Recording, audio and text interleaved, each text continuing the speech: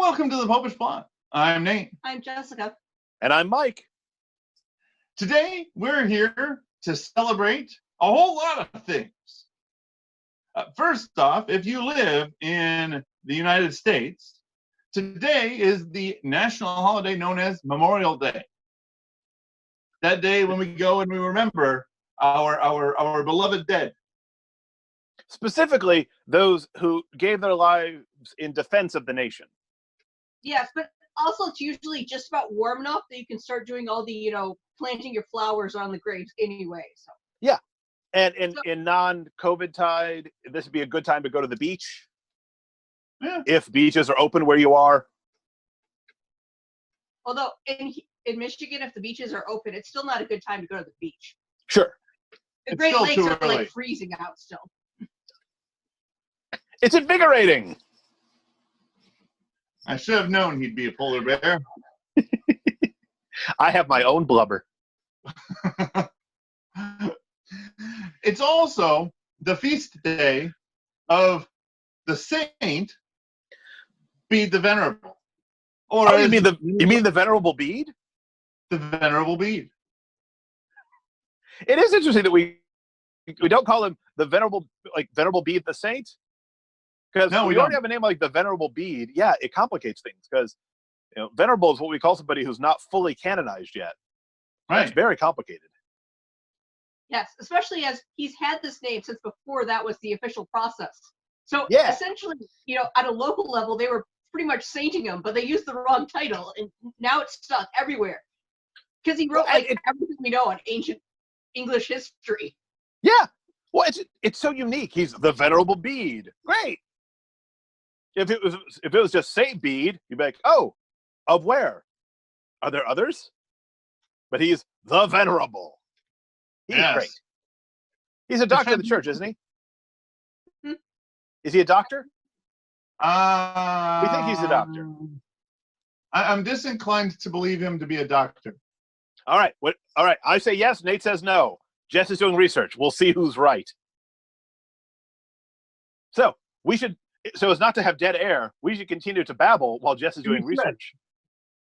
So while she's doing research, as we mentioned yesterday, we are currently in the in-between time between the Ascension and Pentecost. It's that period of time in which the apostles would have been sitting around waiting for the Holy Spirit to come. And this is an incredibly important time because principally, the big difference between the new Israel, us, the church, which means all baptized Christians, and the old Israel is that we have the Holy Spirit. Yes. Because they had God's law, but they didn't really have the means to fulfill it. We've got the revised, incredibly much more difficult to live out version. Mm-hmm. But the reason why we can actually do it is the Holy Spirit. That's right. But right now, we don't have him. We're waiting for him. Put a pin in that. Here's Jess. I have an answer. He was declared a doctor of the church in 1899 by Pope Leo the 13th. Yeah. That was like when he was also canonized, even though he lived in the 600s. Well, it used to be a local thing. Later on, there was a centralized process. And it's always super fun when somebody was canonized by Leo the 13th, because then you think about Leo the 13th, who was like 18 and a half inches tall. So he's like this tiny little man with an enormous tiara. He wasn't actually that small, but he was a very tiny little Italian man. The Papal Tiara. Oh, I love the Papal Tiara. Yeah. You know who would look great in a Papal Tiara? Pope Benedict. No. Pope Francis. Benedict should be wearing, always, even when he was Pope, should have been wearing like a mortarboard. Great man, but a college professor. Jose Bergoglio. I kind of want to envision a mortarboard crossed together with a miter. So it's got the pedals, but yet at the same time it's got this. See, I'm just imagining the Pope outfit with those big, like, I'm going to go with gold stripes, in the puppy sleeves to denote, Yeah, he's got his academic gown. The Pope's academic gown. A cross between a papal robe and a doctoral gown. Yeah. Well, I'll tell you, it's the only thing that even compares to the church. We've got some great pageantry, especially when there's like a big solemn high mass or canonization. Everybody's got their finery. If you go to a graduation, holy smokes.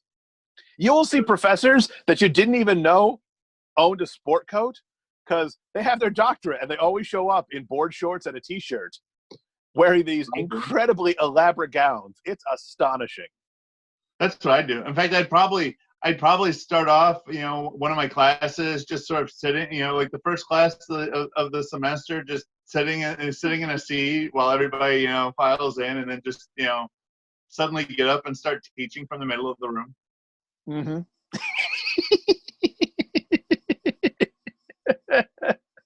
Which would be hilarious when I was in like my 60s or something, because I'd be like, well, aren't you a little old to be going back to school? No, because I'm going back to school. But then you could be like the people that, went to school. When I went to school, they were old enough that they got pretty much either free or very reduced. So they didn't care what the teacher thought or said because they were just doing it for the fun. So they would argue anything. I'm retired. I'm here to fill time so that I'm not watching TV. Exactly. Fight me. Now, just so you're aware, Mike, we did get our little notice saying that we got about 8 minutes left. So, all right. So, what have we learned? Nothing. Venerable Bede is a saint. He's a saint.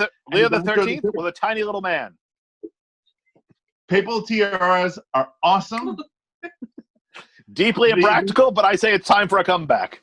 The academic world is about the only one that can rival the Catholic Church in terms of really ostentatious formal wear. We should also bring back the ostrich feathers. I don't even know what they used to do with those. So, Saint Bede the Venerable. We know that he's a doctor. We know that he was dead for over a millennium before he was declared a saint. And we also know that he's our greatest historical source for early English Catholicism. Yeah. Just history in general of England. There you go. Like, people were like, he was a monk, so he probably had a bit of, anti, bias against this pagan group. Point out, but this is the best we have. Yeah, this is what we got. Yeah. They didn't write anything down that we can keep, so. So remember, go down below, hit that subscribe button and the bell next to it so you get notified when our next episode comes out, which will be tomorrow. And it's still Easter. It's still Easter. And I believe it will be the final of the deadly sins. We're going to be talking about lust, baby. Yeah. I think the fact that you're enjoying this is the negative. We're supposed to be talking about how they're bad. They're the deadly sins. Oh, we're going to be talking about how it's bad. It's very, very bad. Okay. She's right. Yeah. And remember to go, and if you feel that the Popish plot is something that is a good and needs to be furthered in the world, to hit that like button and to go down below and leave a comment, any comment, as long as you're not saying let's be friends. I really hate all the comments I get of people just trying to sucker me into some hoax by saying let's be friends. Unless you're a Quaker who's trying to convert us, since what they call themselves is the Society of Friends. That's a fight I'm interested in. I expect that their YouTube account will reflect in some way that they're Quaker. And not that this is spammy. And not that this is a spammy account with a new name. We should totally change the Popish Plot's profile picture to the Quaker Oats guy. We'll go fishing for Quakers. Perhaps when we get around to the April Fool's Day where we do the Quaker plot.